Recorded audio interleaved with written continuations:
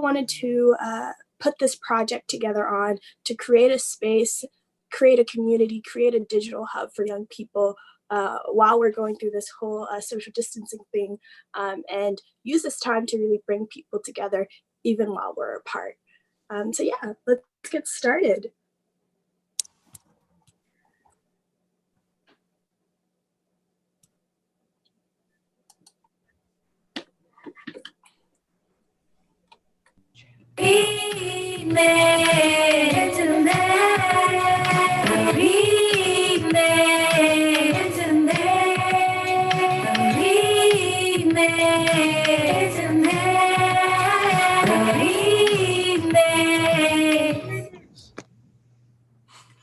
We stand. Fire. Ooh, I feel like that's like a great approval from, you know, musicians and artists themselves. So phenomenal. Great start already. That joint had me hitting one of these. I was like, yeah. I was throwing it. Well, just moving forward about like what Remix will do.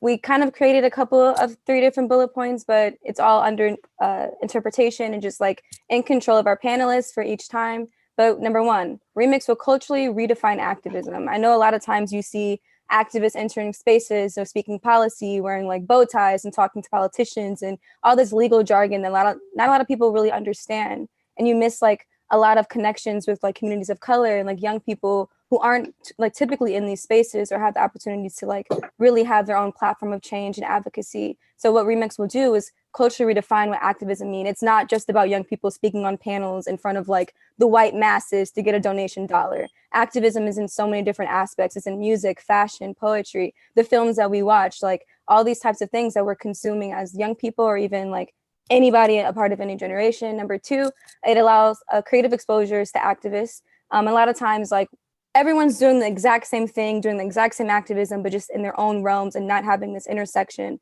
of community or communication. And a lot of times, like that's how you see a perpetuation of racism and all these other isms, because no one's communicating and talking and like collaborating if no one has that same sense of communication. So what Remix will do is that we allow this creative exposure to activism to come into these spaces, because you don't need to speak policy to have a song that's about, you know, activism and do other things and be credited as a person who has a story.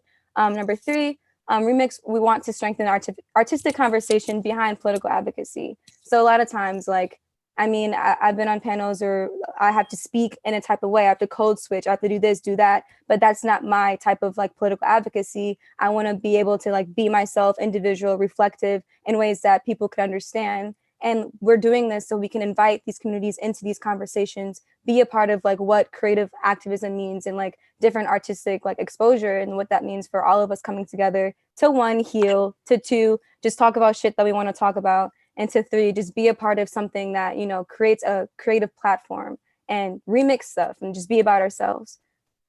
So next slide. Yeah.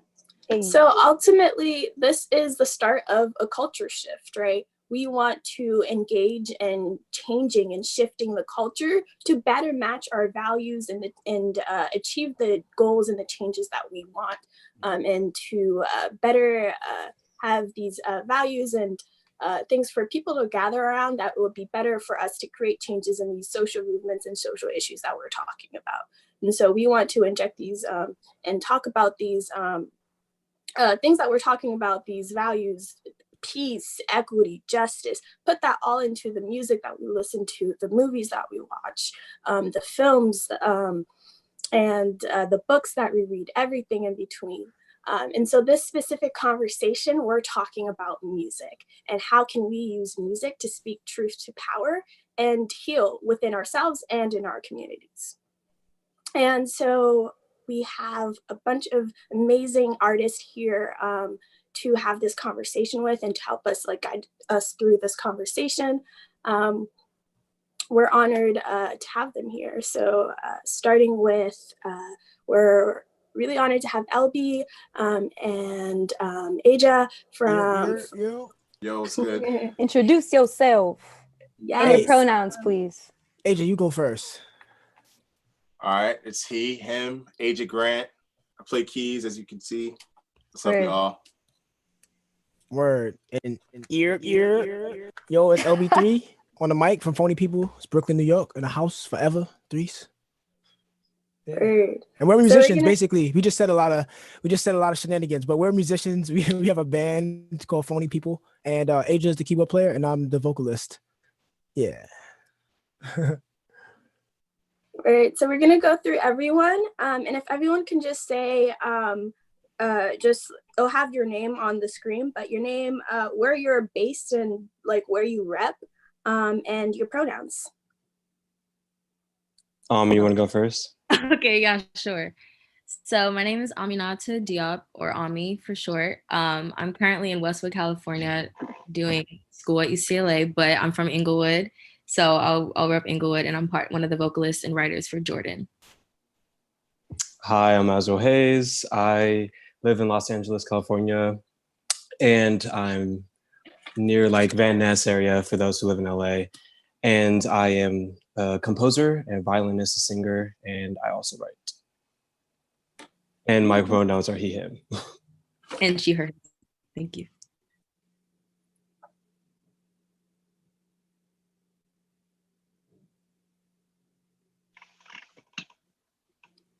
C4. C4 here. How's everybody doing? I am an artist from Boston, Mass. I rap, sing, act. I really do it all, jack of all trades. I try not to box myself in. And yeah, we're here to speak. And your pronouns? Him. Hi, my name's Love Lundy, she, her. I'm from Edgewater, New Jersey, but I rep Alabama because that's where I went to high school, and I just kind of think it's better. I'm a musician. I play piano, bass, I sing, I play flute. I've been writing since I was like 5. And I will be studying political science at Spelman College next year. Period. That is amazing.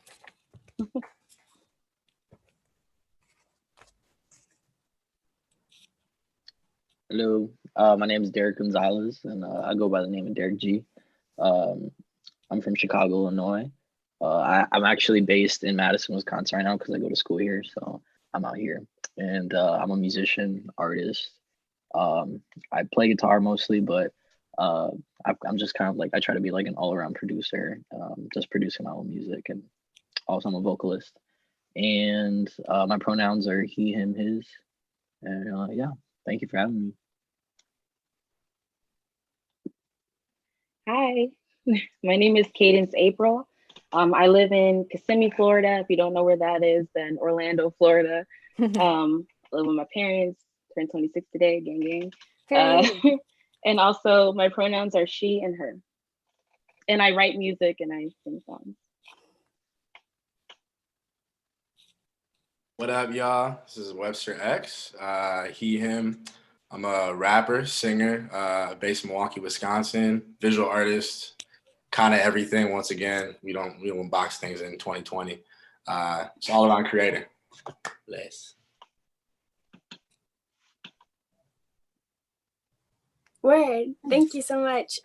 So these are our amazing artists / panelists who are going to be engaging in this conversation with us. So the first half of it, or the first part, Bria and I have a few questions for you all. And then we're going to switch to some questions we got from some other people on the Zooms and people engaging with us via social media or watching the live stream. Okay, nice. Cool. So I think we sent a couple questions before, hopefully got you guys some time to think about it. And like our first question's mostly about peace. I know Webster said from Milwaukee, like period, Milwaukee, gang. But there's like this building on North Avenue that's connected to MLK. And I'm pretty sure in y'all communities, every MLK street has some sense of just busted, wear down. I don't know if it's like systemic racism or whatever, but it's not up to par. But it's like this building that has like these boarded up walls and boarded up windows, and it says peace in yourself and peace in your city. And it's been there for like a couple of years, and I just keep driving back and forth. Building will always be there. And I thought that was like an interesting question to kind of bring to you guys of like how your city, like infiltrates or like incorporates in your music, and like what peace looks like in yourself as an artist, peace in yourself as someone in your city, and then peace like, you know, all together and collectively and healing. So how we work, I know Fiona's on here as well. Like she likes to throw it to people, and Zoom's different, so digital organizing. So if I'm going to answer a question, I'll just like throw it to someone else that I see on there and make sure that everyone talks once at least. So first question, what does peace in yourself look like, peace in your music, and peace in your community? And I'm going to throw it to Love. So for peace in myself, that's something I would say that I still can't answer. Like recently I've been finding it in yoga, which has been cool. And I've been really enjoying that, but like that's 10 to 45 minutes out of a day. And sometimes that's just not enough because my brain is like at 100% all the time. So still working on that one. But in my music, I love this question because Gene, which is the title track from my EP that came out a couple weeks ago, is about my car named Gene and escorting my grandmother who was about to pass away when I wrote the song 2 weeks after I crashed the car in heaven, right? And I was living in Alabama. I was living in the house that my grandpa built for you know, him and my grandma like 70 years ago, going to the high school that my mom went to. So like in a lot of ways, sometimes I kind of felt at a weird piece because I kind of felt like I was just like doing what my mom did. And I know that she's like successful and amazing. So I was like, cool, like I'm fine. But like after my grandma passed, when I was writing more of this stuff in Gene, spending a lot of time in the house by myself more, I found another piece that felt very private to like me and my grandma because we were living there together, you know, before everything happened. And I have like a very distinct memory of just kind of like singing some of the EP to myself, sitting in my driveway, looking at the tree in the lawn across the street that we named after my grandma after she passed. It's a weeping willow. I don't know. The EP to me means peace just because like I think about that moment. I think about what I know my grandma like can bring to me. And when the EP cover was designed, and when we sent the tracks to the person who designed it, her name is Isabel. She's really cool and amazing. I love her. She's a student at NYU. I'll put her name somewhere later. But she said that she felt like she was walking through a garden. And I was like, that's how I feel like I communicate with my grandma. Like, that's amazing. Like, that's where I am with her. I'm so glad that that's where it took you. And I just kind of felt like confident in knowing that I was able to bring someone to where I am with her when I sing Gene, when I experienced the EP. So yeah, that was kind of a long answer, but. No, for sure. Yeah. You could just throw it to the next person you see. All right, I'm gonna throw it to AJ. Oh, gotta unmute myself. What's up, y'all? So you asked peace in myself, peace in music, and then what was the last one? Peace in your community. Peace in my community. All right, so I'll start with myself. Peace in myself, I'd say, is just kind of finding a place where I can, you know, and well, the thing is, I know a lot of people, and I actually have friends who can't like be by themselves, you know, because they'll be in their own thoughts, and like, you know, like that would make them, they suffer in their own thoughts. But for me, it's a little different. Like sometimes I need that meditation, you know, that just like close my eyes and I could just like meditate and just collect my thoughts and like kind of like just empty, just that emptiness sometimes helps me, and I find peace in myself. I'd say peace and community. It's a little weird that I really don't have much to say on that, because just the times we're living in are so weird, Yeah. in the community. That's something I ask, myself and my peers, like, what does that mean? Mm. I'm still trying to find that answer. And peace in music, that's, for me and for a lot of people, that's just life. Mm. Peace in music is just, ever since I was in middle school, just understanding really and diving deeper into what music does for me and how it can spark so many different emotions and smells and colors. And like the first time, like I sometimes find it hard to cry, Mm. and music kind of helps bring that emotion out for me. uh I was definitely a weird kid in high school. All I did was listen to classical music, and it just there's some pieces that just I would just be in my room, and I just have all these scenarios and just like things that would happen. Like I just have like would meditate with music, and think of the good things that can happen in my life and the future. If I was scared about a test, and like I'd be like, you know what, this is gonna help me kind of get my nerves away from that. So yeah, that's what I have to say on that. Wonderful. Thank you. I'm gonna pass it to LB.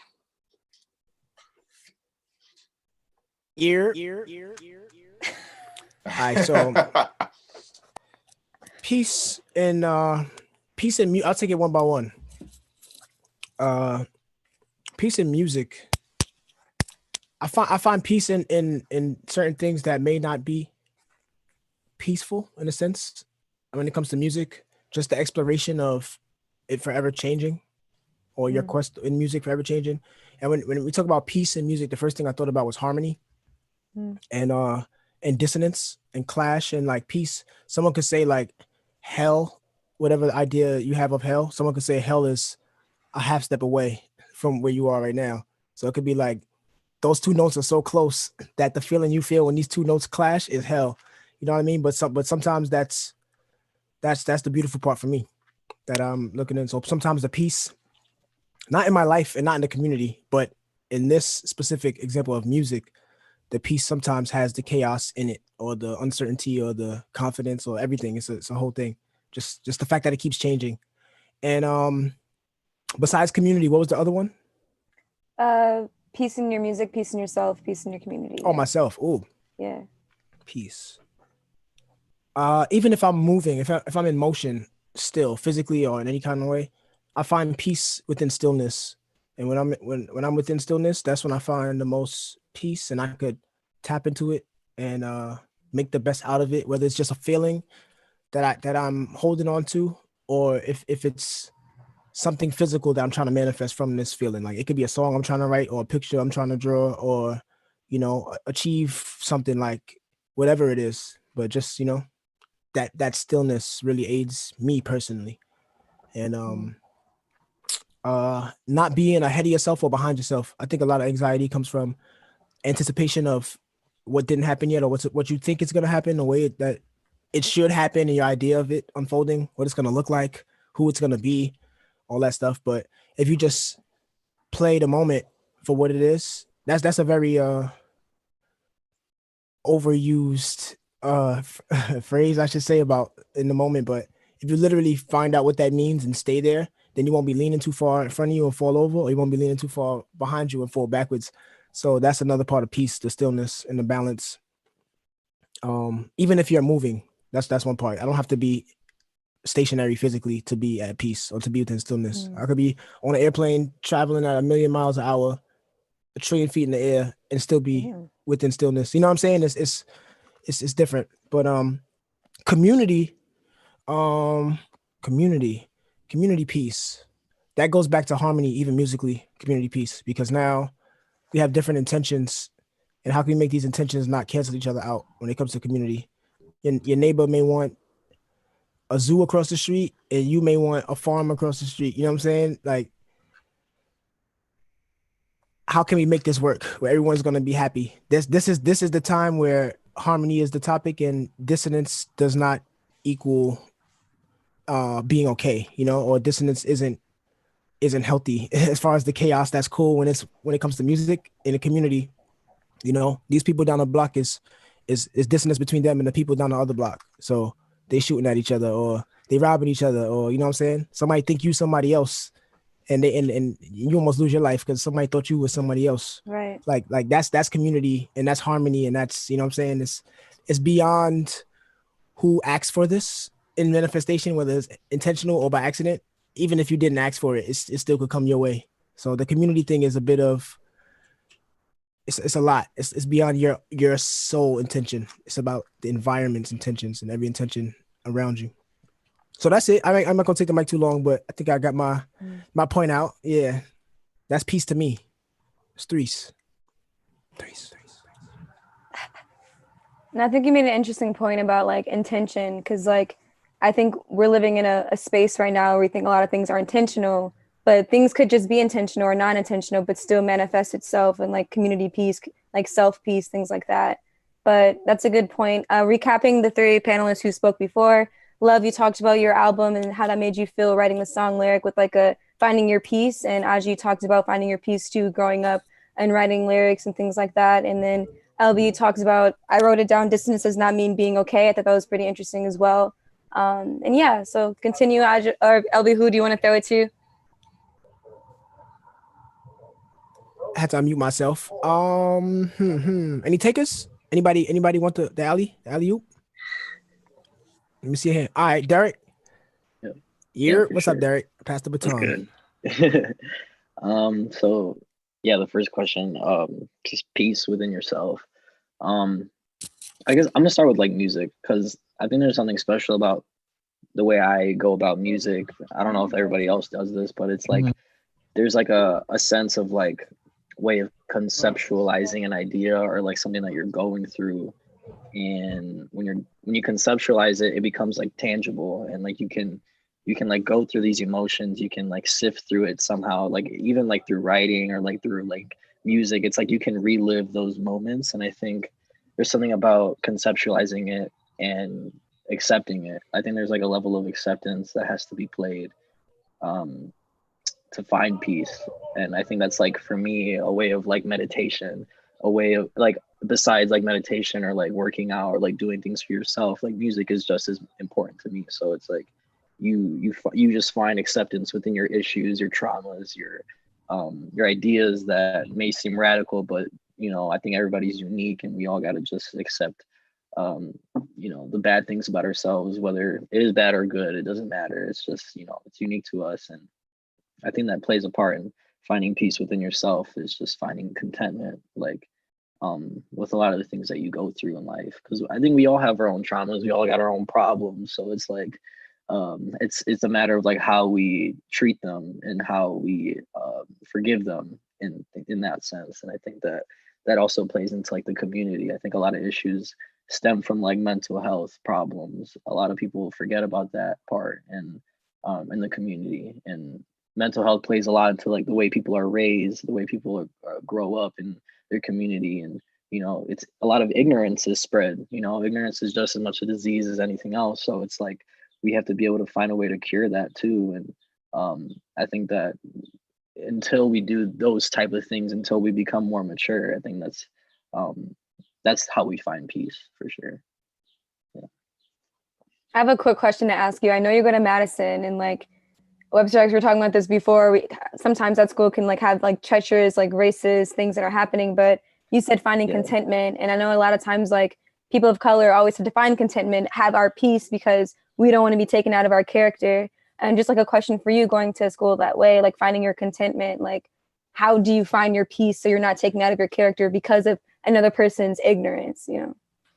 Yeah, that's definitely a problem, and it's a part of me like is upset about all that all the time. Just being around people who have ideas that I didn't grow up with, just particularly like racist ideals, and like I don't really mess with that, and so because I don't mess with it, like I try to find people that agree with me as well, and I think that's something that everyone does. We gravitate towards people that tend to have ideas similar to ours, and you know, that's the way I do. That's the way I've dealt with it, is just finding people that, you know, same, like feel the same struggle, and we're gonna try to like get through it together. And I think that's like the way we have to go about it, is just together. I don't.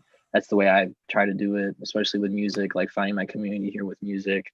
Um, as much as, I mean, there's not really much of a community itself here, but trying to make something of it and trying to find people that have the same goals. I think that's the way I've been trying to deal with it. But you know, yeah.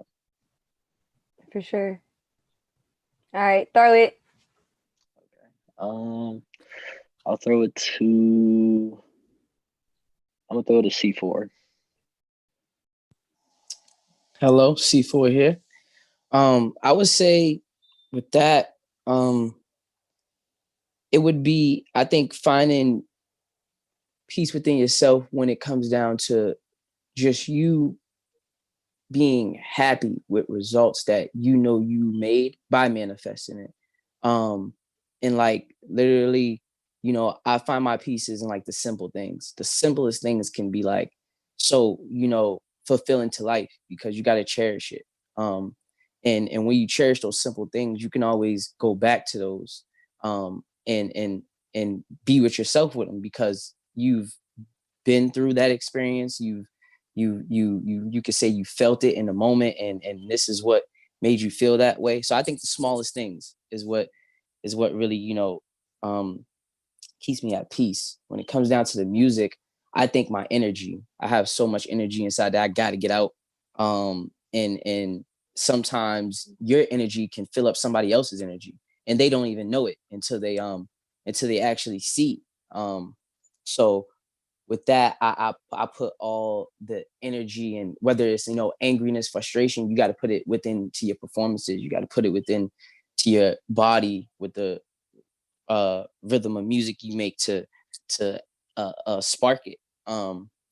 And yeah, when it comes down to community, I think just helping. I work with a lot of organizations. I've done activist work. I done led rallies to protest for a lot of things. Being in Brockton, Mass, before I came to Boston, there was a big thing with schools and like school to prison pipelines and these standardized testing that these kids are taking to put them in a demographic that, you know, it's all records, it's all holding, like you know, and me and my friends dabbled into that, and it was always one step at a time.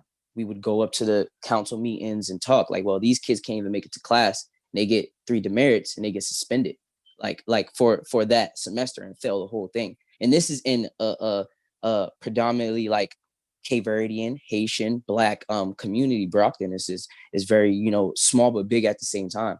And I think fighting those situations led me to the peace, because it's like I can, you know, go back and be like, well, we done did this for this, and we done got results that very made out well. So I think just finding the peace in what you love doing, honestly. So yeah. I'm gonna pass that to I'm gonna alley that to Candace. Throw that to you right there. Okay. So basically everyone kind of like said a piece of like what I've been feeling about the same things. Like, for me, I feel like peace in myself would just honestly come from just being more truthful with like accepting myself unapologetically, living out my truth, you know, getting more comfortable in who I am, and being okay with that process, like not putting too much pressure on myself for where I'm at and just taking it day by day. That's something, trying to attain peace in myself is definitely a journey that I'm still very much on. Um, like for instance, my first EP was Finding Cadence in R&B, which is rhythm and balance. And I remember writing that and just feeling like I was releasing all these, you know, songs and feelings I've been holding in for years and years and years. Because just like some of you, like some of my escape in my house was to really just go to my room, my bedroom, and sing and write. And even if I was by myself and that's all I had, like there was something so freeing about that. But when you start experiencing real life and like realizing that you don't always get to just go away and sing a song and feel better about it, you know? So just trying to, you know, allow myself to heal at my pace and have balance in my life, organization, like all that is very important. So I think it's just choosing to be me because I live at home and I'm from Haitian descent. I have, you know, wonderful Haitian parents, Christian background. So it's like sometimes even living in my truth, you know, as a someone who just turned 26, it's like I wasn't really allowed to do certain things, and I kind of had to break a lot of rules to even kind of just live my life, you know, like so it's just a lot of that, just coming out of that and forgiveness, contentment, all those things that were mentioned before is part of that journey. As far as community goes, here in I'm actually in Poinciana, so I'm kind of in the woods. But in Orlando, it's more familiar to everyone, Orlando, Kissimmee area. I know so many amazing artists. Um, I think what helps the community is like people putting on, you know, shows for great causes, you know, and actually, you know, me as an artist, just taking part of anything and everything that I can, especially when it's for a good reason. Something that I feel like would help the community more is, you know, just more humility, you know, less ego, more humility. Because a lot of us, you know, we're all going through something, but when we come together and talk about it and sing about it, we get to hear each other's side more. If you're just in the sideline and you're just, you know, kind of waiting for your turn and being being envious or being any kind of way, you're not really receiving what that person is that's on stage could be sharing. It could be something you can learn from. So I think just people coming together more. And as far as music goes, I think finding peace in music is just allowing myself to be free to write whatever I feel like, to not take it so seriously to the like take it seriously, but not allow it to make me miss the moments. Because I think standing still like is super important. And I've been trying to meditate and stuff too, but sometimes we're racing, we're thinking about what happened or, you know, kind of like Elby was saying, just like all over the place. So just being more free and being more open in my music, not being afraid. So yeah, I know I said a lot, but I tried to hit all the points the best I can. I'm a talker. So No, it was yeah. amazing. Just to do another recap from what we said or what the panelists said, finding contentment. Your energy can fill up someone else's energy, and fighting like racism can find peace at the end of it and what you're putting into. Allowing yourself to heal in your own space, and more humility and less ego. That hits the fan. I really like that one. I think we're gonna make a list afterwards to really like make that on t-shirts. Like less ego. Come on, let's go. Yeah. So who do you want to throw it to? Let's see. Okay, I'm just sliding through real quick. Okay, I will slide it to Emanata. Did I say right? Emanata. Okay, can y'all hear me? Yeah. Yeah. Okay. Cool. My mic was acting all types of janky. Okay. Thank you. I'd say peace for me is really like hearing and listening to what I'm hearing. And then that can be in my own thoughts and in my community, like who I'm trying to engage with, like acknowledging people's experiences and people's feelings. Because a lot of the times, especially now, everything is sorry, there's definitely a helicopter. Like anyway, there's a lot of like urge to rush and just like say hi and go on with your day. But I feel like when you really sit there and like acknowledge people's presence, like and feel like you're actively doing something to engage people and to find a sense of relatability, like that's a lot of peace for me. And also in my music, I'd say it's just being real, because I think we let a lot of things fester and we don't want to address certain things because they're painful or they're scary. But like when I know it's out in the world, it's off of my chest and I'm finally accepting So I think Derek brought that up earlier, just accepting that kind of helps me a lot, because the festering is what boosts a lot of my anxiety and a lot of my fears. So yeah, I think that's about it. Just hearing what I'm listening to. For a follow-up question, do you think that like you actually, because I know a lot of like, I'm sorry if y'all get annoyed about me, just I'm real nosy. So if I pick on you to do like a second question, I'm sorry, but like you made an interesting point about like acknowledging your trauma and like actually addressing it. And so like in your music, do you like, is that healing for you, or does it like trigger you to re-listen to the lyrics you made in like a very dire and like a trauma time or something like that, or is it help you move forward with what you experienced? Honestly, think it's a balance of both. Like at first, of course, it's going to be scary and it's traumatizing, but I think the more I revisit it and the more I kind of interpret it in my own way and like mess around with it, then it's like sort of healing for me. And if I don't like completely heal from it in one song, there might be another song 3 years later that I feel like a resolution to it. So it's definitely balanced between the two. Beautiful, yeah. Thank you. I'll throw it to Asriel. Hello. So I'll do peace with myself first. So to me, having peace, I gather peace by just being still and listening. I'm very spiritual, so when I pray and sometimes we just want to just figure out things on our own.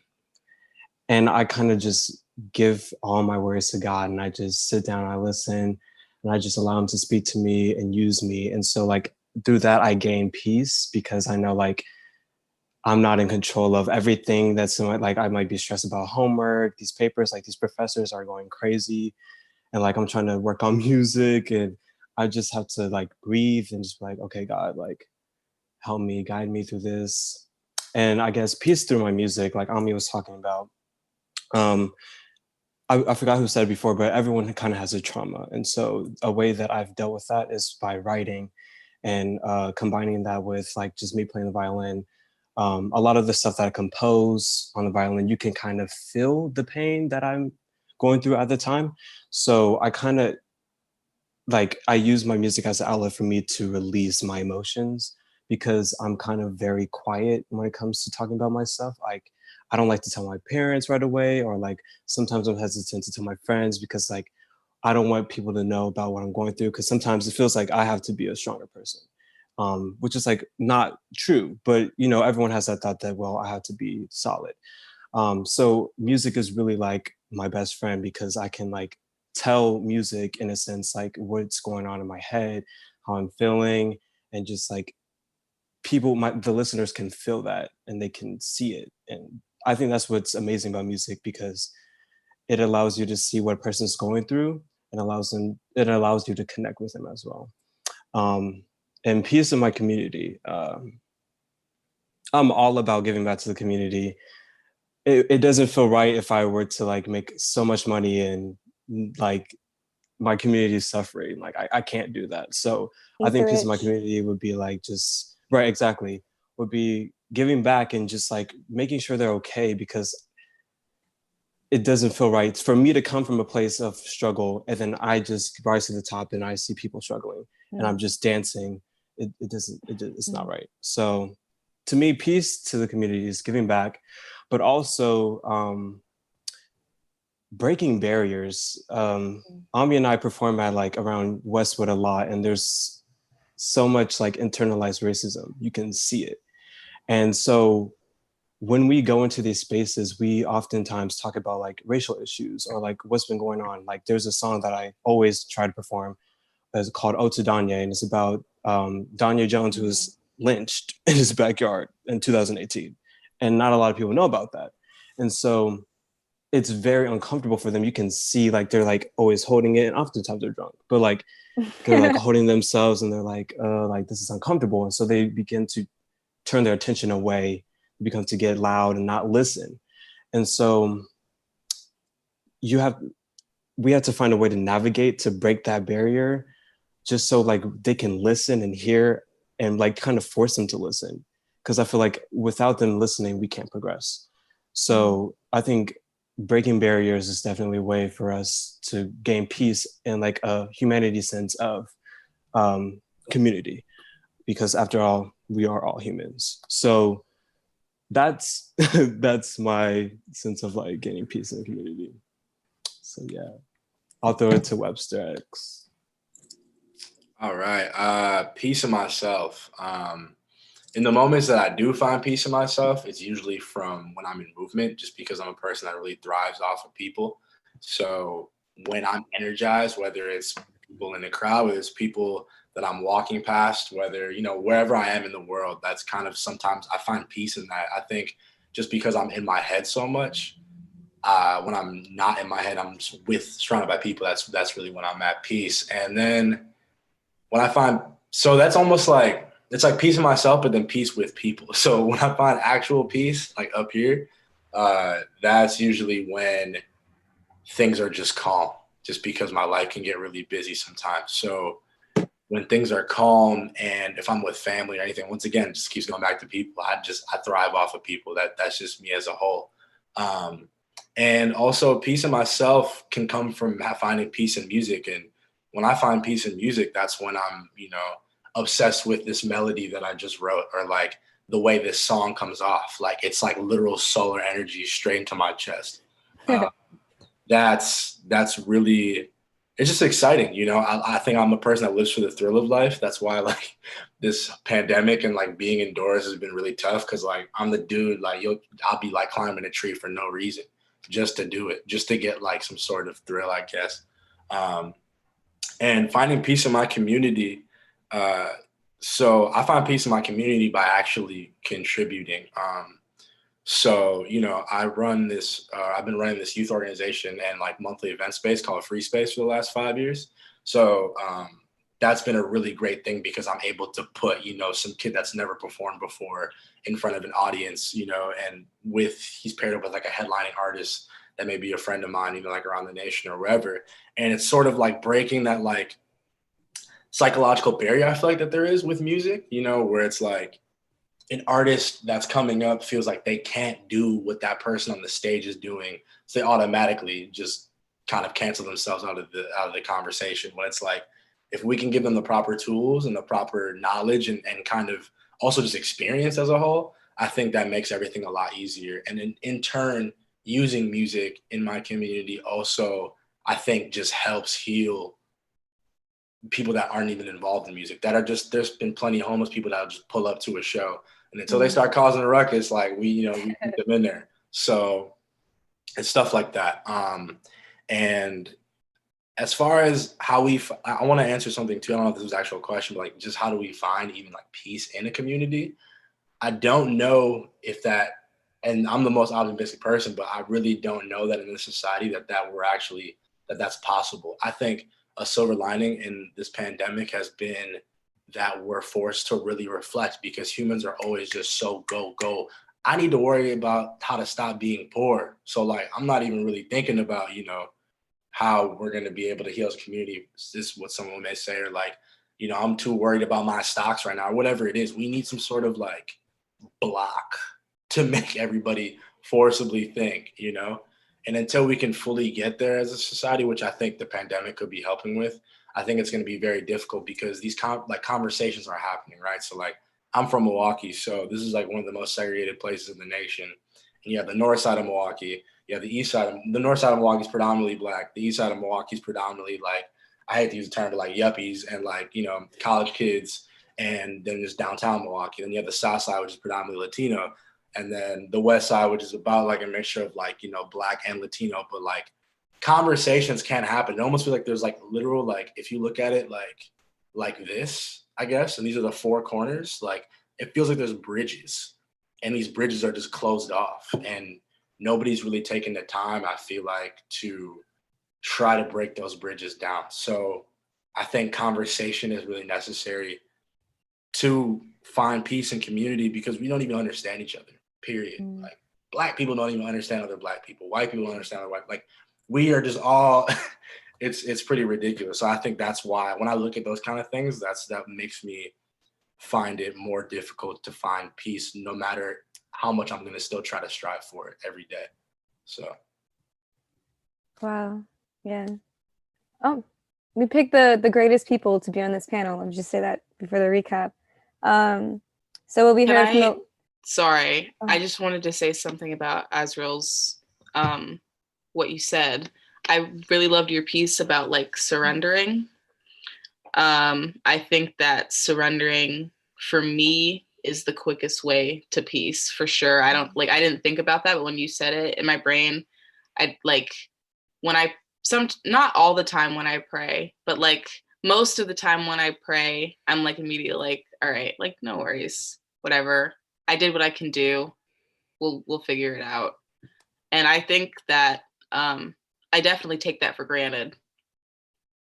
I take that experience for granted as someone who like just has always felt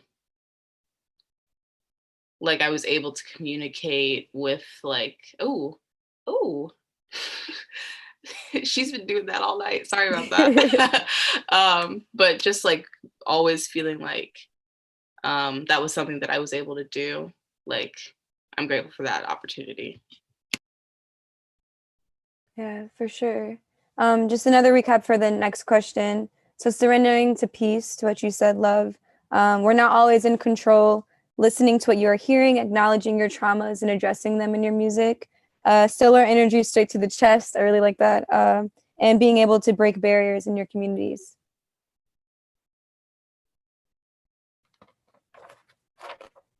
And for the next question, Vicky. Yeah, and so something that like really showed up throughout all of you guys' pieces, just being able to capture these kind of complex moments and the chaos and all these emotions, and being able to capture them in your music and be able to sift through them and relive them over and over again. And there's something like really beautiful about that, to be able to almost like immortalize these moments, immortalize these feelings, these memories in a way, and share it with the world. And then I think about songs like On Everything I Love from Phony People, songs that are like really traumatic and are about things that are really serious and things that take a lot out of us. And so we really want to talk about how do we incorporate, or how do y'all incorporate healing throughout your creation process to be able to navigate those situations and heal while also reliving these kind of painful memories and events and feelings and issues and everything. So yeah, if we could maybe start with Elby. Well, I think you have to think about what you need healing from is one of the things, because healing is such a general topic that you wouldn't take headache medicine for a stomach ache. So the same concept applies even energetically or spiritually, emotionally, and you got to see what you need. I think one thing in that you could find universal things that seem to be healing no matter what. You know what I mean? And in my studies, I found there was a song I made back in 2011. I found this keyboard that was in my house somewhere that my father must have had stashed in the closet somewhere for ages. And when I found it, I plugged it in, checked to see if it still made sound, and it worked. And I made some music with it. And I realized every time I played this song back, I got the same colors. I was overwhelmed with the same colors, the same color scheme.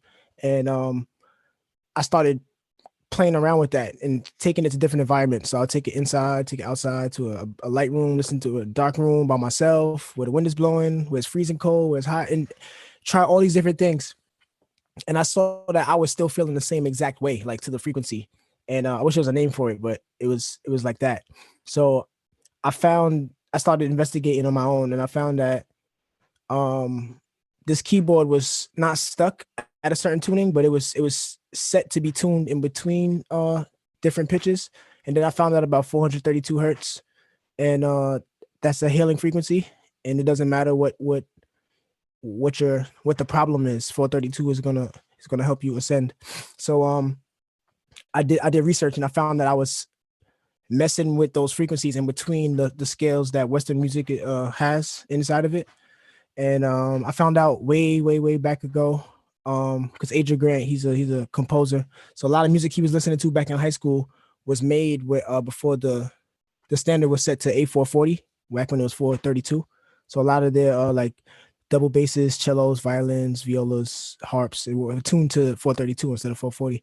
So that's something that taught me. I do a lot of recording on cassette tapes. So like, fucking with the pitch and just doing things that bring new feelings is part of the healing that's universal. Then there's like content, like lyrics. That's all everything I said up until this point was musical and vibrationally healing. No matter what language you speak, it's just universal. But then if it comes to lyrics, you can have healing plans. You can have a plan to heal in your lyrics. You know what I'm saying? Depending on what you've been through. It could be a romantic thing you're healing from. It could be a platonic thing you're healing from. It could be you could be healing from a financial crisis. You know what I'm saying? It don't have to be that you bleeding, but somewhere in your life you bleeding. So it's just all these things. Like literally, what's the problem is the first thing you got to ask when it comes to healing. You don't like when you go to the medicine store, what you need medicine for, So that's really what it is. And also too, while I have the mic, I'm sorry to interject, but AJ Grant and I, we have a session that we have to go to, a virtual session that we have to do for something that has to be handed in tomorrow from Phony People. So we can't stay on too long. We got to go in a few, but I'm really enjoying this. This has been really, really, really cool. But I just wanted to say that while I still have the mic without interrupting anybody. But that's my things I think for healing. It's just really like, from what is the question? Awesome, thank you. And I'm pretty sure we also have a video performance from Phony People to play at the end of this. So hey, thank you. Oh man, damn.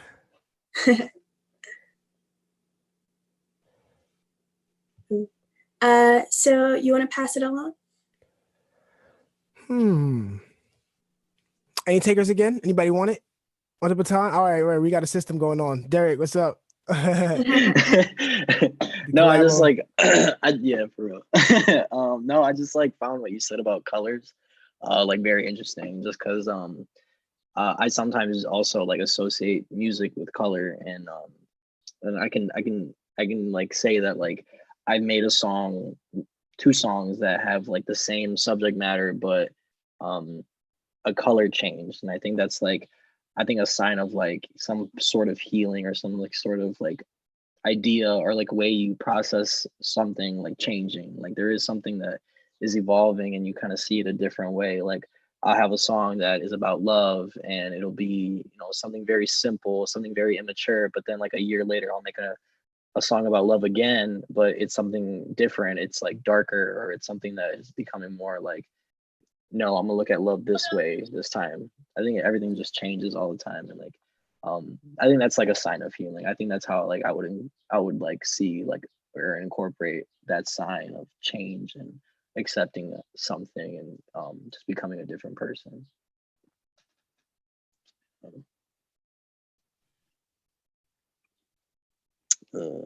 Word. Love. Yeah, I'm going to love. So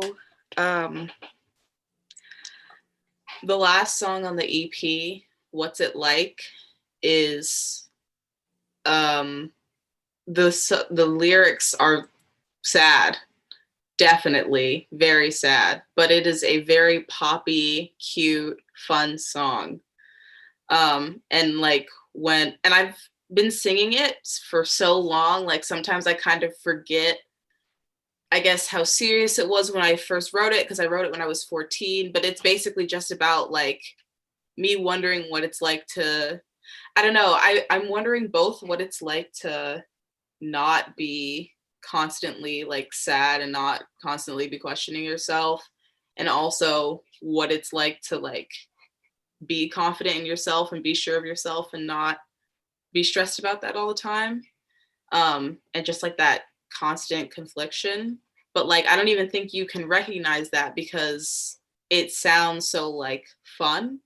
So I think it's an interesting question to like wonder what it's like to relive pain for that, because it's like, when is that gonna be over? When is wondering what being different is like gonna stop? And I don't think that you necessarily need to dislike yourself for that to be something that you experience. Because I think when I wrote that song, I definitely disliked myself like significantly, like a lot. And when I sing it now, I know that I can go there and I know that I've been there, but I'm like, now that I'm not as shitty on myself, I don't know, like being able to go back to that place is peaceful for me. It's nice for me to be able to switch between whatever. You know what I mean? I don't know, that might have been really disgruntled or whatever the word is. Also, I wrote down some songs that I just thought kind of captured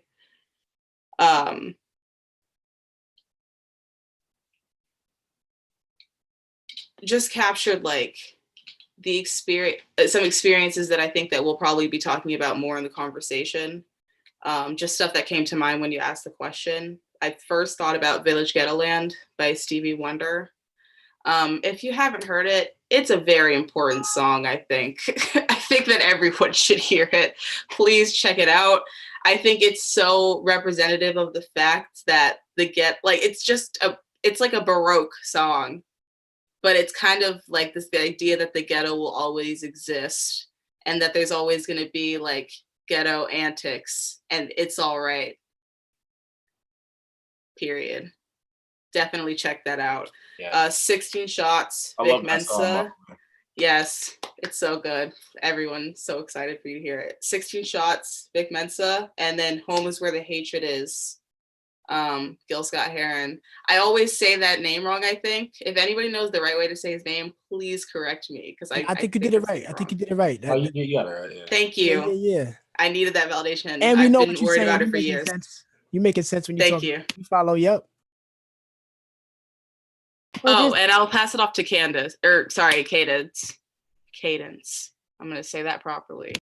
Actually, for the sake of time, we're actually going to switch the question, but we'll hop right in with Cadence to answer. For the next few, we're going to switch into like audience questions and questions from people watching the YouTube live. Not everyone might get to answer these questions, but we'll get to as many as we can. Let's get two people. Okay, so I want to start it off with some questions from the audience on the Zoom. So the first question is,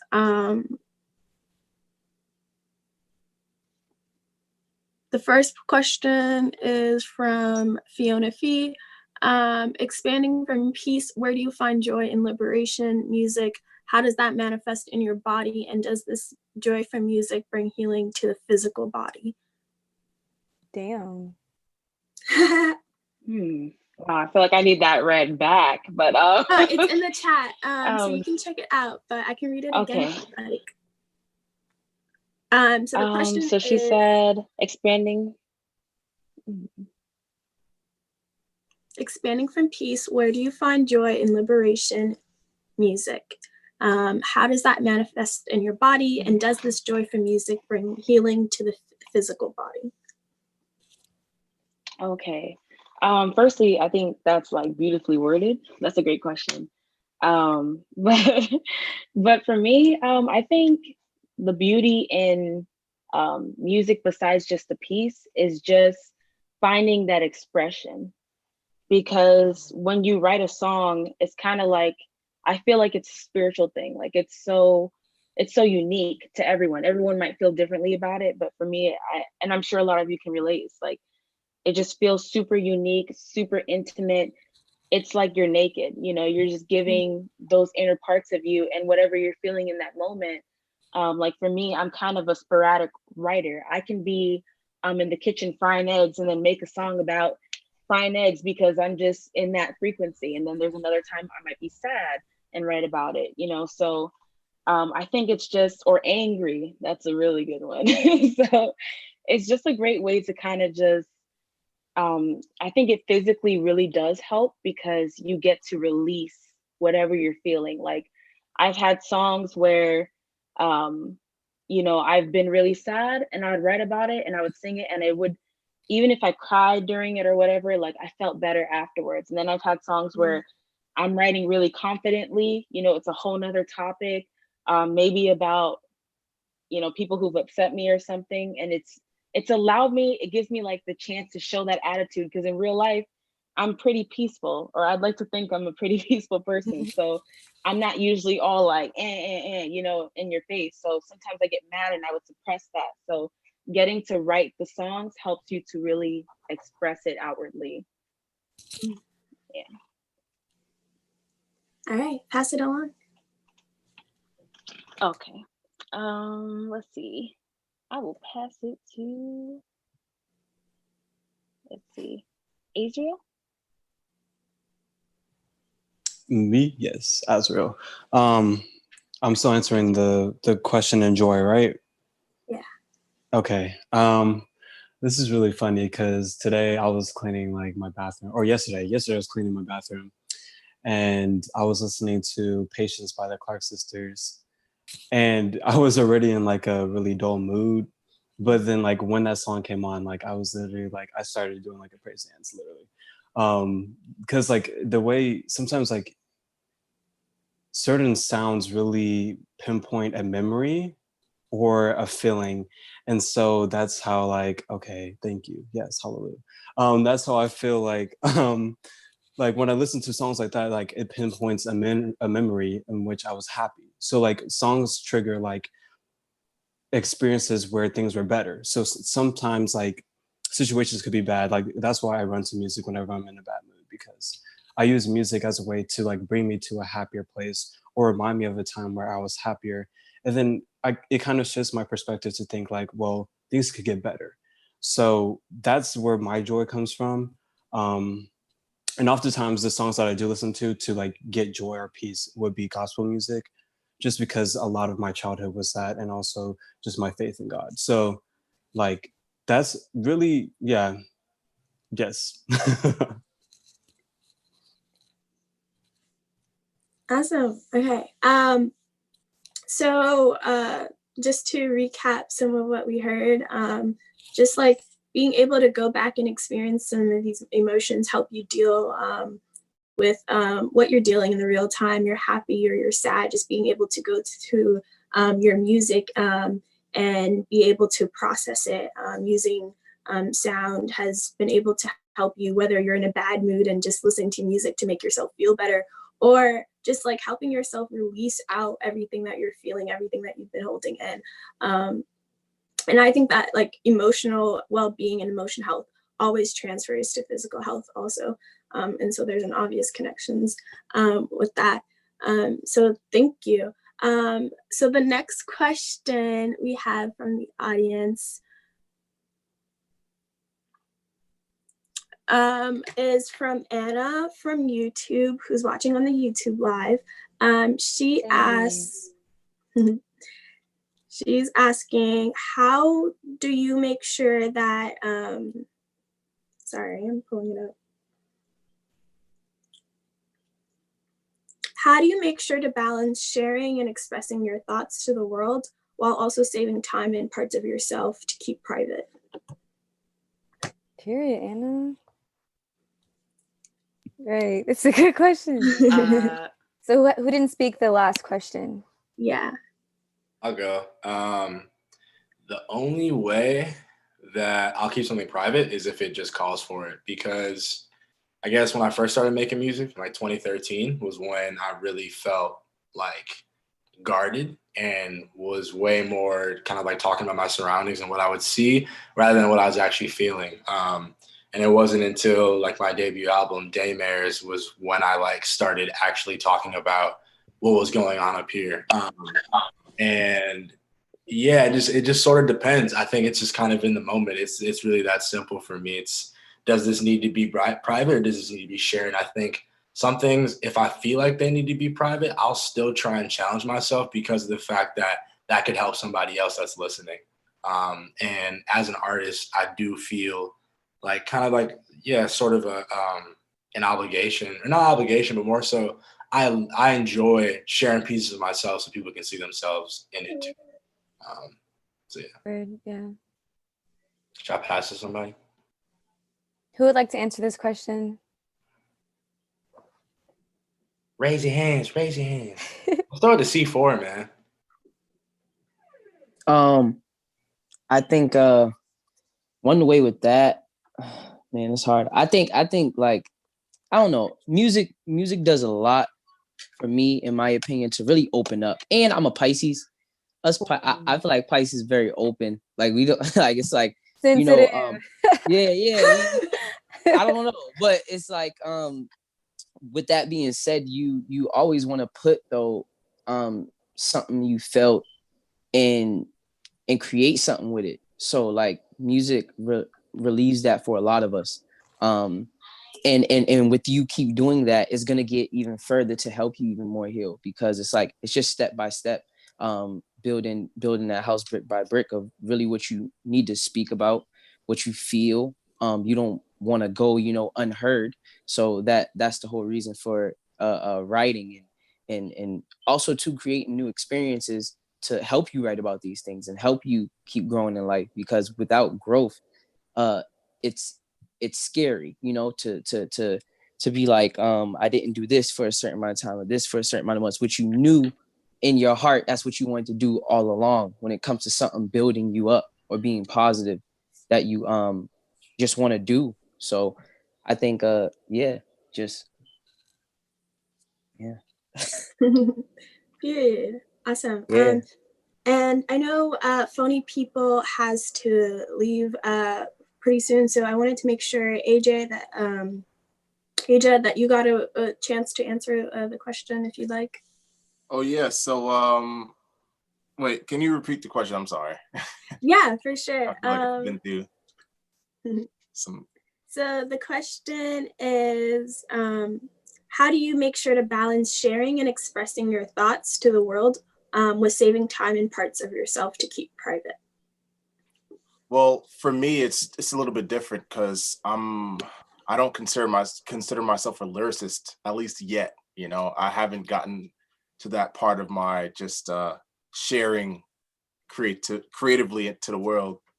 But I still just have to kind of like keep afloat with everything and like tell people like, hey, this is a show. And sometimes it's hard for me to have a camera documenting my life all the time, like sometimes I like to experience life as it is, like without a screen in my face, and I see a lot of my friends who, I see them like have the camera in my face. So like all my family knows what I'm doing because of my friends. They live my life through my friends. They see everything that I'm doing. It's crazy, but I've seen people, get in trouble from just creatively expressing themselves. And that's something that I fear sometimes, like just,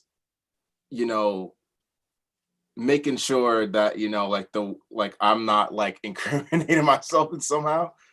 But, like I feel like for me as a musician, like I love, like it's a little bit easier for me because you see more, like instead of what's coming out of my mouth, you see what's kind of just like in my like mind, the music notes that are coming out, like, and it's something where I can like sit down and be able to like think about it and be like, hey, all right, I want to write these strings here, and this emotion is what I want people to feel, and it's a little bit easier for me. And for lyricists, I know it's a little bit harder because sometimes it's something that, you might this might be a breakup, or it might be something that's just like really, you just went through something really intense, and it might be something that, you might cringe 2 years down the line, like, damn, like,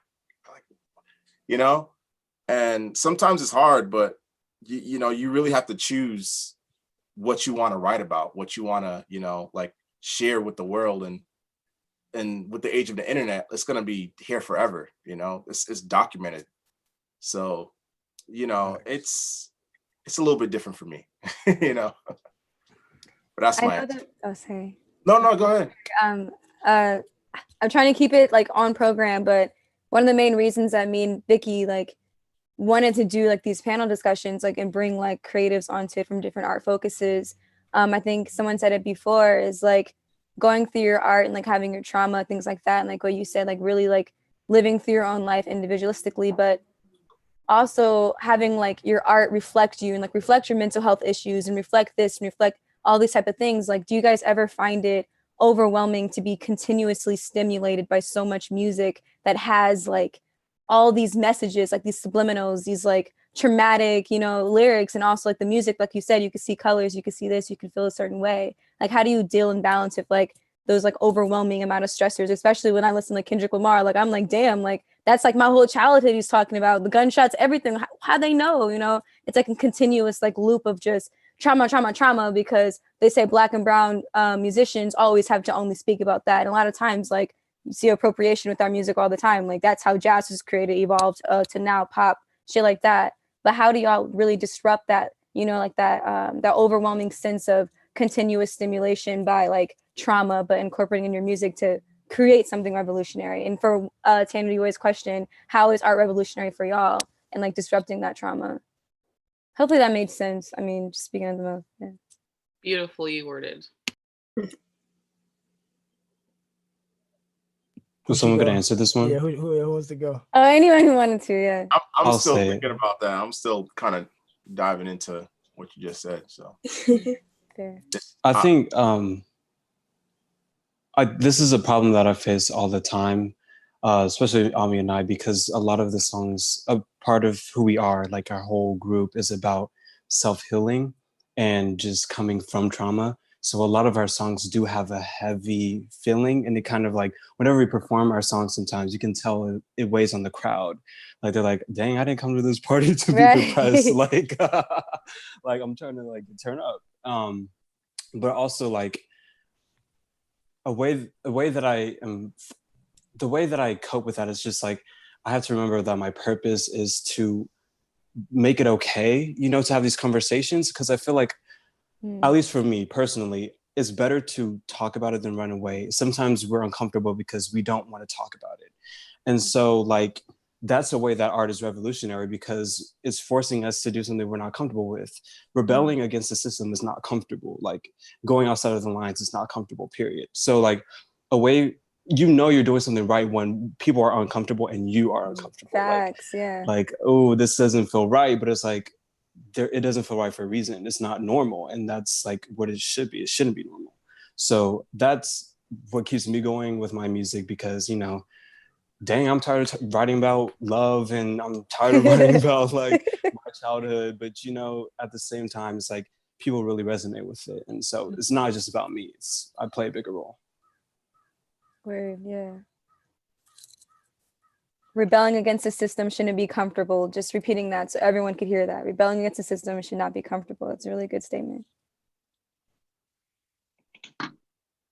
Anyone else want to take a shot at the question? I'll go for a piece of that. Basically, I think a lot of it revolves around, or starts with, what you choose to make your artistry about, or what you choose to revolve your artistry around. Because that's one thing. That's the content or the ideas you're putting out there, whether they're your own or it's autobiographical or it's your imagination. That's one element. And then the other element is assumption, I would say, of people consuming the art or eating the food or whatever your art is. So in pop culture and just in today, a lot of things are written in first person, I believe, from what I'm seeing. And I don't know, I live in a vacuum, so y'all could correct me if I'm wrong, but a lot of things I see are written in first person. And if there's something that's created from the imagination but written in first person, a lot of listeners would assume that that's autobiographical and assume that it's true. So then it becomes this whole society's opinion and everyone's opinion about what they think you're doing on a day-to-day, because you made a song about an idea you had. So it's so many things that it revolves around, people's openness. You know what I mean? It's so much, because you can just put an idea about something you never did into a song. You can say, yo, I'm gonna make a song about literally something I never did. and just imagining, or you have a friend who told you a story or whatever, you pull inspiration from different places, or some people only write from their artistry revolves around only coming out of what's in their diary or their journal. Some people are just like, yo, I'm writing in the cosmos. It's not even me writing. It's coming from somewhere else, but it's happening through me. So there's all these kind of things. And if you're open to not have your artistry be about one thing, then you'll see that it will never, like, the food will never be the same flavor. And it's funny, someone brought up On Everything I Love earlier. That's a Funny People song we have. That's about police corruption and a lot of Black people dying from police killings, just brutality, uncalled for, unqualified. And that's something that I knew we had to have a song about for years and years and years and years and years. But that song took the time that it needed to take to happen on its own. And 98, as serious as that is of a matter, that's like one song that we have in all the Funny People songs we ever made about that. So we know that that's serious. We had to address it, but we didn't make our whole artistry revolve around these ideas of what we care for in our everyday life. So you get to pick and choose things and say, man, I just hit a bad note in this recording. I could broadcast that and show people this bad note I hit, or I could, do this. So it's however you want to make your artistry revolve around flaws and messing up and being natural and attack the insecurities that you may have for yourself that other people have too, and that they see you doing it. That's one thing, but it's just your choice. What do you want people to know? That's it. Yeah, I mean, I'll speak on just trauma and how that, as Black people, even, just as far as Black and brown people as a whole, it's like we shouldn't always have to address the trauma that we've went through just for the sole fact of like how much longer do we want to just stay in that forever. It's important to pull from it, but when's the moment when I see, like there's been a heavy wave of just, movies about like police brutality and things like that, which is, I think, extremely important to cover. But like, sometimes I just want to see some Black people happy as hell, some Johnson Van vacation. You know what I'm saying? Like, let me just see some of that. And like, I think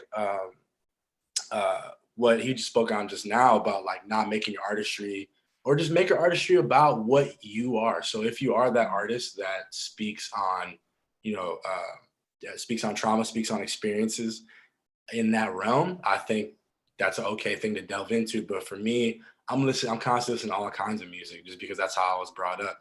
Both my parents from Ethiopia, and like I was exposed, and my father was a singer in Ethiopia. So like he was doing English covers of music in Ethiopia. And like, I just always was like, there was so much different kinds of music played in my house, from like Harry Belafonte to Stevie Wonder to Garth Brooks on some random shit to anything, and like, I think that influences me as a person now too, in my taste levels of everything. So if I need a break from like some heavy, lyrical, matter, then I take that break and I just listen to Men I Trust or something like that, just an indie band or something, like, I think that's incredibly important. So it's just balance as a whole, too much of anything can be really damaging just in life as a whole. So, but I definitely want to see just a different Black experience broadcasted to a point where white people don't always have to be like, damn, like I feel bad for them. Damn, like I don't know what to do. I hate us. I hate myself. Like I want to see Black people be like I want to see royalty again. You know what I'm saying? I want to, which is what we really come from. And yeah. Village Ghetto Land, bro. Hey. That's a really good point though. Like, and I know our pitch earlier was like, if y'all just wanted to come on here and talk about 808 beats and just shit like that, just music in general, it's like people always have this narrative that every Black or brown musical artist is like talking about their upbringing being around gunshots and police brutality, or a Black one be overly sexualized and promiscuous and like selling her ass titties, shit like that, which if you wanted to, go ahead, but why is that always a narrative? And so my last question before you guys can start asking each other questions, if you might have them, is how do you like defy the narrative that you feel is placed upon you as an artist, as a person of color, artist of color, but you don't have to go like as that anyway, like you can just be your own self. But like, do you feel like there's any constraints and barriers when it comes to understanding your presence in the music industry? Because we all know the fucking music industry, like how it sells, like what sells and things like that. and even phony people just fucking around. But this song is like phenomenal, but just coming into this space like that and having like this platform of national attention, like what have you seen change, and do you feel like you have to prove something to your narrative and like your existence as a human who just happens to love music, you know? That's interesting. I feel like everyone always, well, not even what I feel like, what I know is that everyone always has the idea of what they want to see or what the best thing is for you to do, especially if you're popular. And you have to, you could choose, you could be a bag in the wind and just do everything that everyone else suggests or says you should do. Or you could ignore everybody. That's an option too. I don't recommend that, but you could ignore everybody. Or you could find a medium between, you know, finding out and asking yourself why this idea doesn't appeal to you. What's wrong with it? What's wrong with me? Is it me that don't appeal to me, or is it that the idea that don't appeal to me? And then figuring out how to make yourself comfortable. And still expanding, because I think we're all growing and, you know, evolving, and we don't want to lock ourselves into something that it could be great now, but it could be so much greater 2 years from now if we keep developing and keep exercising our artistic muscles, you know. So there's so many things that's just like it has to keep growing and keep expanding. So you listen to other people's ideas, or what I do at least, I listen to other people's ideas, and I know where I draw the line. So I'll neutrally hear anybody say whatever they want to suggest, but ultimately I know nobody's gonna make my legs move for me, and no one's gonna sign my name on no paper, and nobody's gonna, you know what I'm saying? So I control my own self, and I'm in a band too. So everything is not about what I want. I'm not, we can't operate that way if we wanted to. So, and we've been a band since 2008. So a lot of our conversations we have could be about, you know, how we think we should be going about things, or what the best thing is to really do, or how to stay true, you know, and we don't try too hard to stay true. It's just who we are. We just some true people. So, you know, we don't feel too much of, sometimes you got to tell somebody no, like I said, no, I'm not doing that. You know what I mean? And it could be anything. It could be your own bandmate that you say, nah, I'm not doing that. You know what I'm saying? It could be a suggestion from a manager. It could be a thing from yo, LB, how about you take the bonnet off today? Nah, I'm keeping this on. Like, there's nothing you can do to tell me to take, like, fuck Keep that. that You know what I'm bonnet saying? on. Yeah. Like, you know, so it's something. Nobody makes any suggestions that are like crazy character compromising or nothing like that. But everyone has the idea of their little cherry on top. So when you know where you're willing to draw the line, then you could say, okay, I'm willing, all respectfully, I hear you, but no, thank you. Or I hear you, and that was a great idea. Word. You know what I'm saying? And you go with it. You just take each idea for what it is. And any weird feelings about that eventually will be overridden over time if these people remain on your team. They'll know who they're working with over time, and you'll know who you're working with. So it's just family relationship, communication, simple shit. Yeah, that's it. I think Cadence has been trying to say something for a sec. Oh, Communication's key. My brain has been like tuning in and like, but then the moments go, okay. But anyways, you read me. I was trying not to be read, but no, not in that way, not in a bad way. But, yeah, basically, great. Now see that I forget everything I was gonna say. Nah, it's all good. Take your time. We're here for you. Okay, thank you. I appreciate your support. Mm-hmm. But yeah, I kind of feel like it just goes back to like the whole balance of things, you know, like just allowing yourself to tell your story and not getting consumed in, because we live in kind of like a numbers world and like a social media world where everything is about what's trending, what's popping, what's going on, For sure. what's cool. And that's always kind of been something that has been, I think, a problem in society. That's why people were, you know, we didn't even have conversations about depression or mental health like in the Black community. Yeah, right. Like, you know, there's certain things that you couldn't speak about. You'd be shamed and judged for it. So it's kind of just like the fact that we're even having these conversations right now is a huge progression, I think. But I think the whole thing about balancing like how much of it you intake, how much of it that you put out, how much of it that you listen to, all of that matters, because but you can't let anyone control it, because then you're just going to end up being miserable, you know. Like when I was younger, I used to always think, I kind of had this vision that I would like blow up by the time I was like, I'm like, I ain't going to this college that's in my hometown. I'm like, man, I ain't gonna be like them. I'm gonna move out at 19. I'm gone. I'm gonna be living my life on the screen. Like, yeah, I was humbled real fast. But the point is, I thought I was gonna change the game and all this stuff. Like, I'm gonna be different. I'm gonna be that Black kid that doesn't have to be the Black kid, you know, like I'm gonna talk about whatever I want to talk about. And I think it's just sticking to that, like going into those innocent moments where you started writing and thinking about like, what did I feel? Like, what do I want to talk about? And not letting society control you. Like, if I want to make a song, twerking and shaking my ass, because that's how I feel, then I'll do that. But most likely, I'm trying to change that. And like, I'm a part of a whole collective called Trip Summit. Shout out to Trip Summit, gang, gang. But you know, like we all do music. We all, you know, we got mad love for each other. We all write differently. We write about our feelings, and we try not to be boxed into one thing. You know, like because then it just gets repetitive and you kind of lose yourself in trying to be like an actress instead of a person. And then next thing you know, when things really hit the fan and you're going through stuff and you're in front of the cameras, it's like, how are you going to handle yourself? Because then you don't even know who you are. So I think it's just about like being real. Like, yeah, I'd like to speak to Cadence's remark if that's okay. Yes, please. That really like resonated with me completely because I think the narrative that I'm trying to define within myself is a result of the external narratives that society tries to push on me. Like Azra and I really try to focus on transparency and vulnerability because being Black and also being Black male and female, like there's a lot of pressure to just hustle, to be strong, to hold this like persona that we're chilling, we're vibing, like you can't break us down no matter what, but that's just not the case all the time. And like acting like that is only hurting yourself and it's hurting the people around you. Like you should really be transparent as much as you can, as much as you're willing to, because then I feel like in the end it's going to feel a lot better for you. And it also like teaches me a lot about myself. Like as I'm writing, I'm learning more things and I'm unpacking more things, and that's going to ultimately impact the way that I carry myself in the world and the way that I guide people along the journey with me. And I think that just facilitates this collective healing. So I really appreciate you saying that.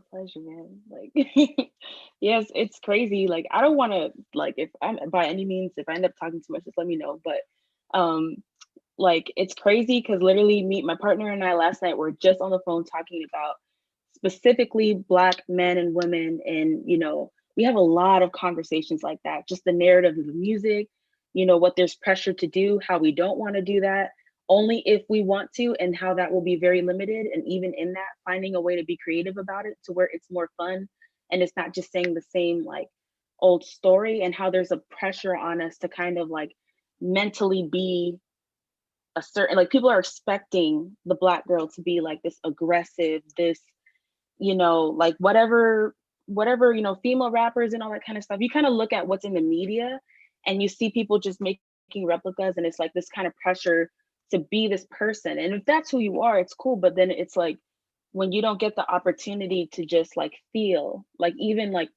I was talking to him about Black men and how, you know, what about the narrative about like when it comes to mental health, you know, like I hear a lot of people talking about it and stuff, but sometimes when it comes to feelings, he was like expressing to me how, you know, how men sometimes they already have trouble expressing feelings. And if you're a Black male, how it's a whole nother thing. And, you know, it's a whole conversation about like just being colored and being allowed to be yourself, like being allowed to feel these things and talk about them without the shame. Cause like I've had the shame, and it's not an easy thing to go through at all.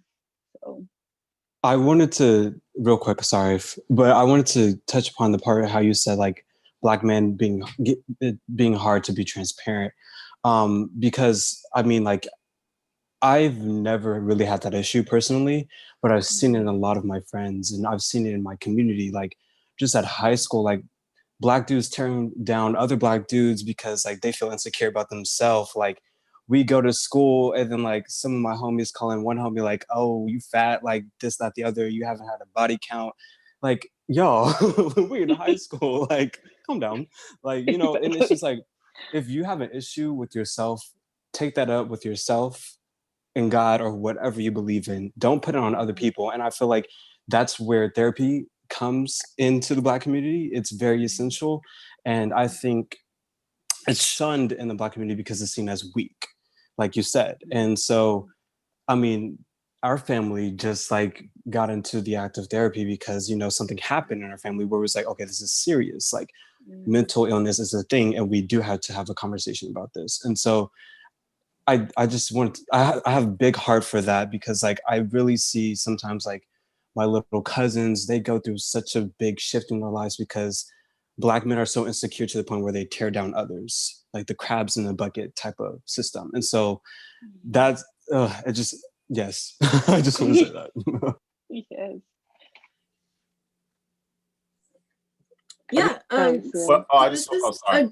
I'm so sorry. This is a really great conversation. I want it to continue, but I also want to respect funny people's time, and Albie and AJ. Oh yeah, it's all good. You know, I definitely don't want the conversation to just get cut unnaturally. It's I'm here. You guys know what's up. I'm here with you guys. It's cool.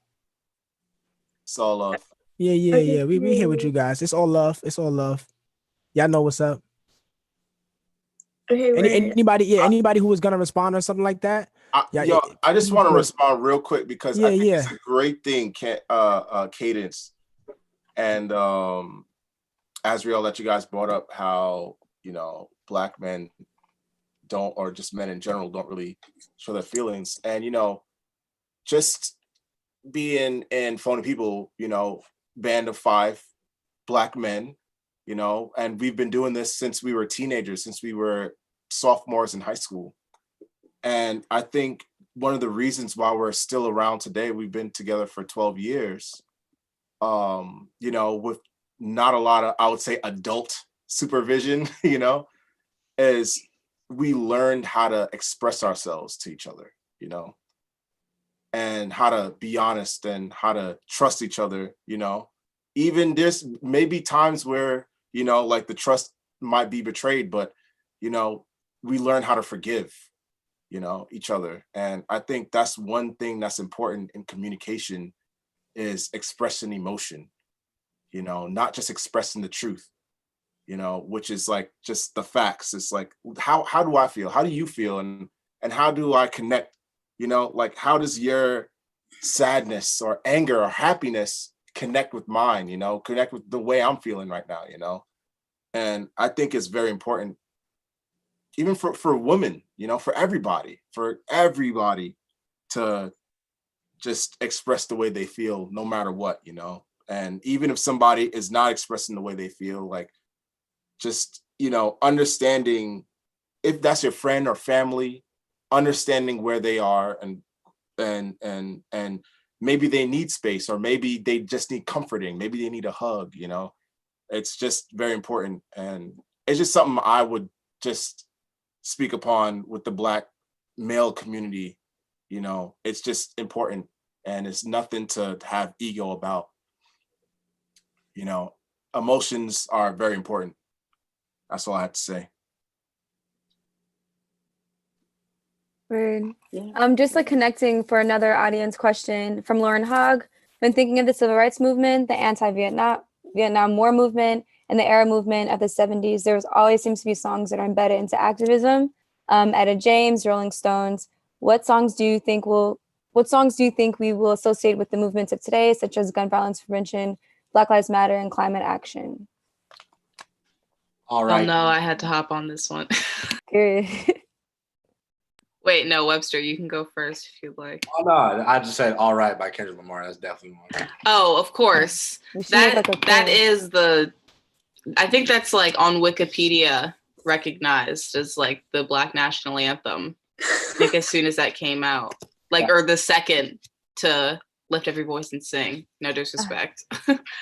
But yeah, I think it's so fun to associate music with activism, just because it always brings me such good memories of like working with these crazy, amazing, ridiculous activists that are like on 10,000, and you're like, oh my God, I can like feel every emotion that you're feeling. I like am writing all of this down so I can tap back into it later. But the thing that the song that I always go back to when I think about it is Riot by Childish Gambino. That's a good song.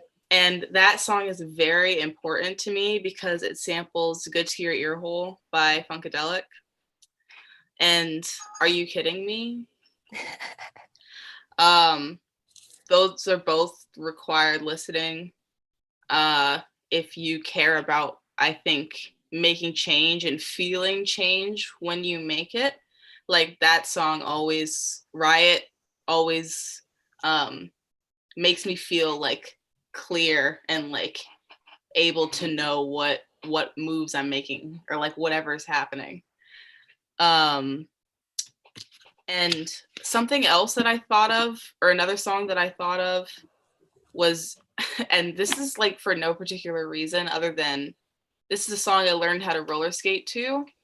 And so this song kind of always makes me feel like really connected with like my body, which I appreciate. And I think that's something that everyone needs to be able to find a song that they can do that with. But You Dropped a Bomb on Me by the Gap Band. I love the affirmation that you're giving me right now, Evan. Thank you. But yeah, those are two. And an image that came to my head when everyone was talking was just like that still from Malcolm X, the Spike Lee movie, when it's like all of the like Muslims in like black and white.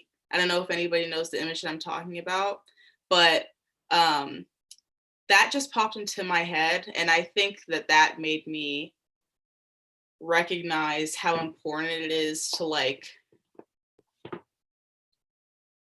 when I saw that image for the first time, I was like completely quiet. Like, I think for some reason my computer muted, but it was really interesting because I was just like in this like stillness. And like anytime I experience what I feel in Riot, what I feel in You Dropped a Bomb on Me, like that, I kind of get the same feeling. I don't know.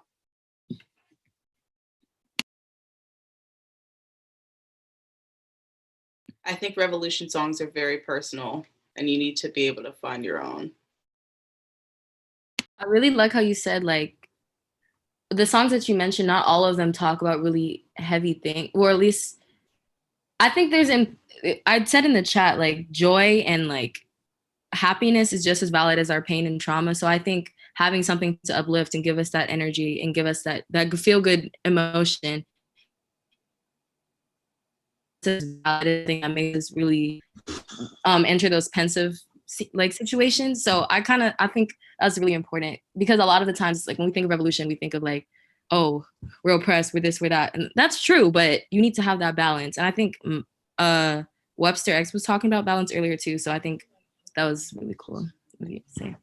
Yeah, I was gonna say like there's like a certain song that I like tied to like when I feel like when the revolution is over, this is a song that will play, and it's Bless Your Heart by Serpent with Feet, because it's talking about like the legacy he's gonna leave behind. Like, and he's like a queer Black man. He talks about like the whole EP, he talks about just like his whole journey with the gay man. And so like that song really, it's first of all, his vocals are impeccable, but like also just he's talking about leaving a legacy behind. And I feel like that's what I tie with revolutions, because the legacy you leave behind to encourage the people in the future, that's what's important. And that's like a song that I listen to remind me about that.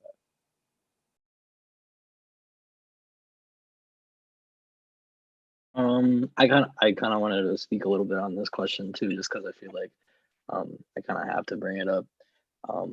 Just being, Latinx and it being like a first gen, that experience is very unique in the United States, and I think that there's a lot of artists that go through my experience and they don't really get to speak their truth. And I think like artists like right now that I can come up with at the top of my head, like in the Latinx community, like Bad Bunny or like Calle 13, like I don't know any, like I'm not gonna say like specific songs, but like their presence themselves. I don't know if you guys ever listen to them or not, but like Bad Bunny is a big advocate for a lot of the LGBTQ community, and he represents something in the reggaeton genre that is not very ordinary. I think the reggaeton genre was very much like filled with toxic masculinity, and like there was a lot of things about it that like not everybody resonated with and didn't really realize that was in the content. So I think that Bad Bunny himself, his presence is something that is important to me, listening to music that is in Spanish, and I can finally like find someone that is trying to be themselves in a way that not every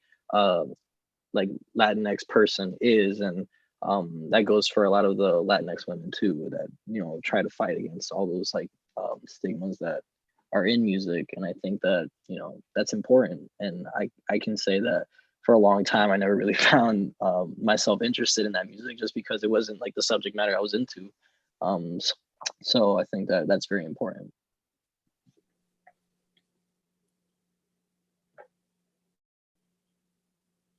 Awesome. If no one has anything to add, we're actually going to end the conversation around here. I appreciate all of you. Thank you so much for engaging in this conversation with us and like being open to share it with the world and having it live streamed.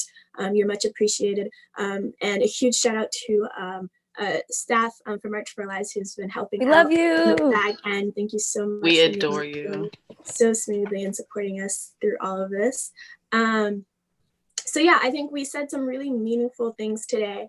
And this conversation is obviously just the first step to like many more. I think Webster X, you mentioned this, but like communication and conversations are key to achieving peace in our communities. And we hope to be able to curate and create more spaces for those conversations to happen to achieve that peace. Thank you for engaging with that with us. So yeah, and we're gonna close it out with a wonderful, wonderful, wonderful video from Phony People Fucking Around, featuring Megan Thee Stallion. Hey. So awesome. Thank y'all. We appreciate this. Y'all, man. Y'all already know how. Thank you. All right, who's gonna dance the best? Let's see. In your room. You know what time it is? Ooh. Tommy Pickles, baby. You've been there since the beginning. Yeah, I think you gotta mute your mic. Moving and grooving. Look at that. You got a man, but you wrong. Getting it all, baby, just to get down. Don't know if you know just what you started, but I can see you like to flare and fire, darling. Just hit the bar to grab a shot, it's for you too. He turned his back just for a second, look at what you do. Sonic signal. But I feel independent woman, I won't tell you how to act. True and I don't know we could be gone for he is there. You got a man, but you round. Hey, risking it all, baby, just to get down. Hey. You got a man that you stick around. Spin it on, baby, just leave me down. Oh, looking over your shoulder 'cause you better. If he was standing next to you, you never. I'm not usually one to sympathize for other guys. If she's even looking, he ain't doing something. If she dancing, getting closer to you. Get ready, set, go, head on collision. Say go for a coaster in my pocket, the proceeds. Turning up the floor, and he expected us to be. You got a man that you around. Skin it all, babe, just put it down. You got a man that you around.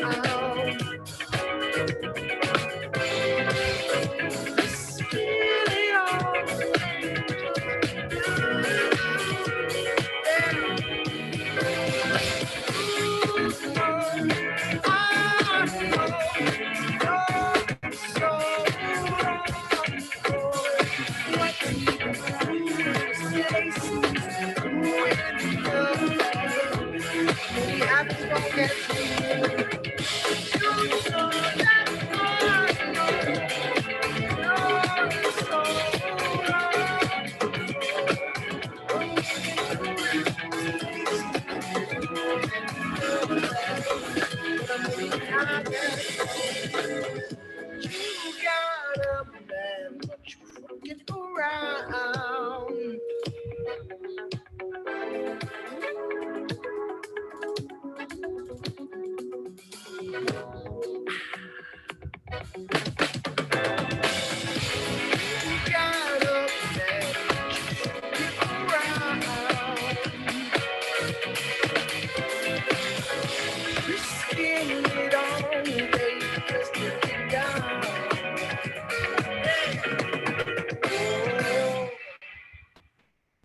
Yeah, Threes, fucking around. Shout to Make the Stallion. Yeah, you know what it is. All right. Lit. Fire. Hey, thank y'all so much for tapping in. We 8. appreciate that so much. That was heat. That was crazy. Fire. Yeah, that was so fun. Bless That up, went y'all. crazy. Much appreciation for real, for real, for real. Ass. Damn, that shit For fire. real. Thank y'all. When I saw it in the tiny desk, I lost my mind. Hey, that was mad fun. Same here, actually. Yeah, that was too much fun. Megan's cool too. Tiny Desk was a great time. NPR shows us so much love. It's awesome. Can't wait to go back.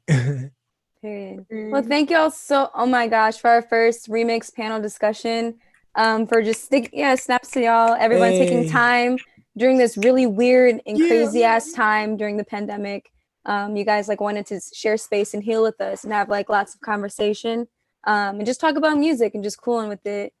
So if you guys are interested in tuning into our next panel discussions for Remix, we're going to talk about literature, power through literature, and what that means to be a person who's disrupting like the system using literature and monologue, script, poetry, all types of things. So if you know someone, send them our way. If you're watching and you want to be also featured on the panel, please DM March for Our Lives, tag us, things like that to be involved. And please heal in your own respective cities, your own respective spaces, and just really taking what we said today to manifest it into your own space and really doing things that you want to do. So, Yeah. Thank you so much. No problem. And stay home and wear your masks. Yes, sir. Yes. Wear your mask inside the house. Any last minute, Love yourself. any last minute closing comments from anyone from our artist? Gotta say one more time on the way out. I said it already, but I can't say it enough. I really appreciate all y'all for tapping in and for showing the love. You know what I mean? It's definitely reciprocated. And congrats to something nice. You know what I mean? Y'all we on here talking about peace. You know what I'm saying? That's fine. Much love. Yeah. Thank you so much. Stay safe, y'all. Yes, You too. Wash your hands. Bye, everyone. Bye. Yes, please wash your hands. God bless everybody, man. Keep the creativity flowing. See ya. Take care. Bye. Stream Gene.